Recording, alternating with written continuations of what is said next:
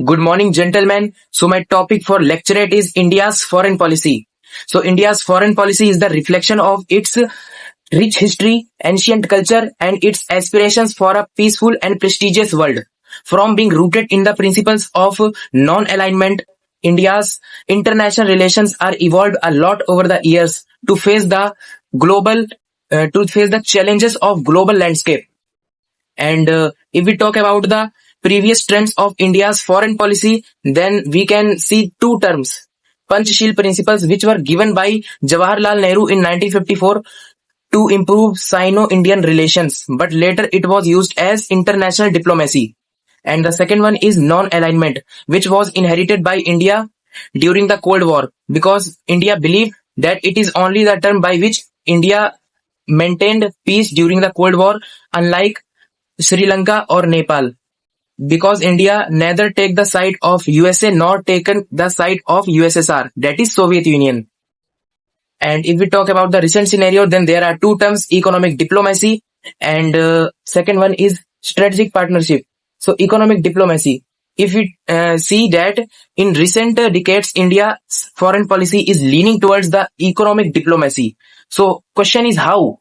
So first point is India's bonding with other countries through trade and investment.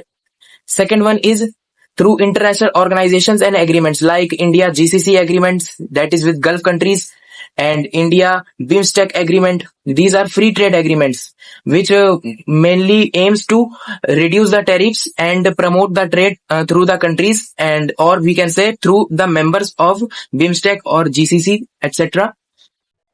And if we talk about strategic partnership, then India focuses on the 2 points. That is, first one is make relation with those countries which can be beneficial for both. Like India make relations with Middle East countries and import petroleum products and crude oil from the Middle East, and export diamonds and jewelries to those countries. And second point is to make good relations with neighboring countries. That's why India participated in SCO, SAARC, etc. And there are some global challenges also that India have to contribute in these organizations, international organizations. And also second point is India have to take some initiatives like it had taken in peacekeeping missions. And in my conclusion, I want to say that if India's foreign policy will emphasize on the proactive engagement rather than non-alignment, then in today's globalized world, it would be more beneficial for us and other countries. Thank you.